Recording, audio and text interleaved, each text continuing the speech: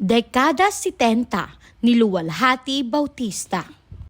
May mga pamilyang ang tanging hangad ay mabuhay ng payapa. Isang simpleng tahanan, mga magulang na nagsisikap para sa kinabukasan ng kanilang mga anak, at mga pangarap na unti-unting binubuo araw-araw. Ganito nagsimula ang kwento ng pamilyang Bartolome. Binubuo ang kanilang pamilya ni Julian at Amanda Bartolome, kasama ang kanilang 5 anak na sina Jules, Gani, M, Jason at Bingo. Tulad ng maraming pamilyang Pilipino, simple lamang ang kanilang pamumuhay.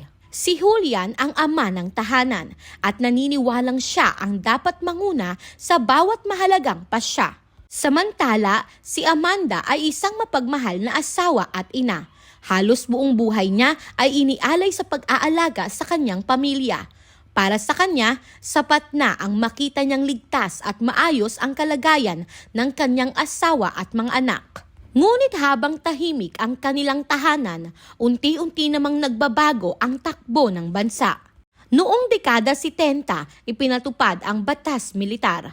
Dahil dito, maraming pagbabago ang naranasan ng mga Pilipino.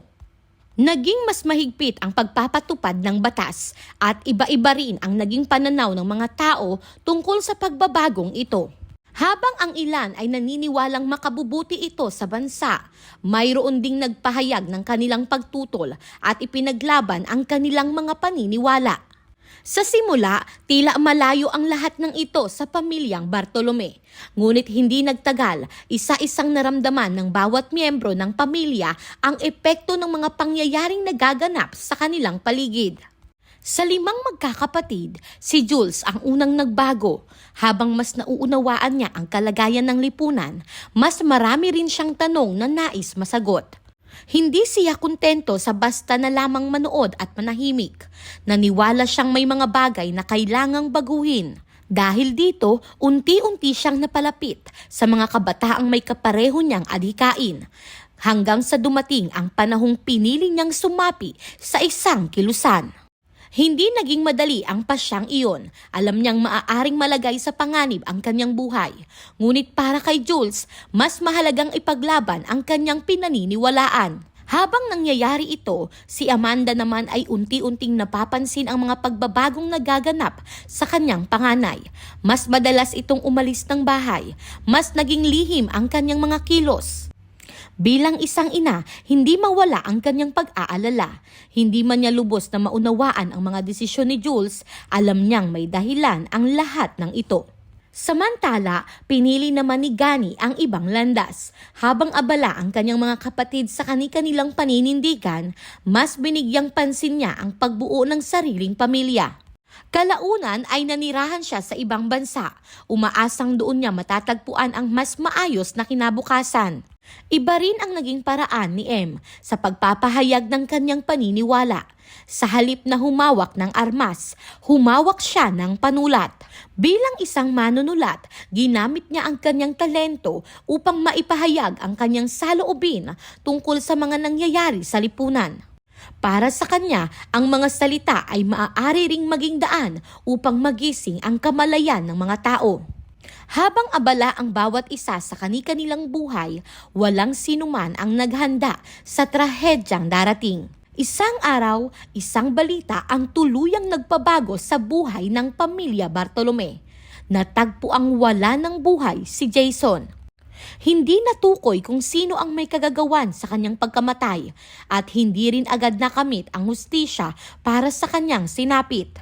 Lubos na nasaktan ang buong pamilya, lalo na si Amanda. Walang magulang ang handang mawalan ng anak. At sa gitna ng kanyang pagdadalamhati, lalo niyang naisip ang kalagayan ni Jules na patuloy pa ring nasa kilusan. Samantala, ang bunsong si Bingo ay tahimik na nasaksihan ang lahat ng nangyayari sa kanilang pamilya. Habang lumalaki siya, unti-unti niyang nauunawaan na ang mga pangyayari sa lipunan ay hindi lamang nababasa sa pahayagan o napapanood sa telebisyon. Maaari rin pala itong maranasan sa loob mismo ng kanilang tahanan.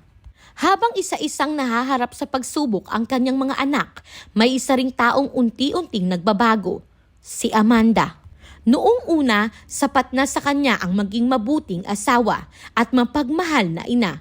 Madalas niyang ipaubaya kay Julian ang mahahalagang desisyon at bihira niyang ipahayag ang sarili niyang saloobin. Ngunit habang dumarami ang mga pagsubok sa kanilang kinahaharap, nagsimula rin siyang magtanong. Bakit kailangan magtago ni Jules? Bakit may mga kabataang handang isugal ang kanilang kinabukasan para sa kanilang paniniwala? At bakit tila napakabilis magbago ng mundong dati ay payapa niyang nakasanayan? Sa paghahanap ng mga kasagutan, unti-unti ring nagbago ang kanyang pananaw. Hindi na lamang niya nakita ang sarili bilang asawa at ina.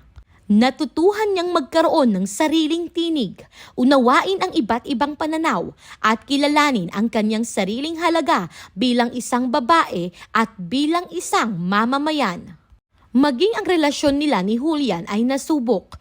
Hindi sila palaging nagkakasundo sa kanilang mga pananaw at sa paraan ng pagharap sa mga suliranin ng pamilya.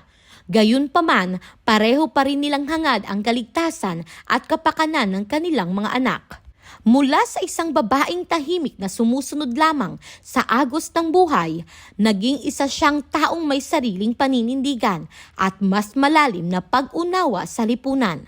Sa pamamagitan ng kanyang paglalakbay, ipinakita ni Luwalhati Bautista na ang kasaysayan ay hindi lamang tungkol sa mga pangyayaring mababasa sa aklat.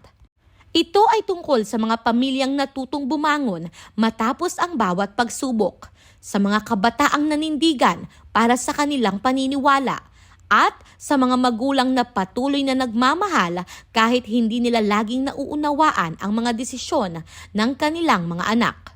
At marahil ito ang pinakamahalagang mensaheng iniiwan ng dekada 70 na sa gitna ng mga pagbabago at hamon ng buhay, nananatiling mahalaga ang pag-unawa, paggalang sa dignidad ng bawat tao at ang tapang na manindigan sa kung ano ang pinaniniwalaang tama.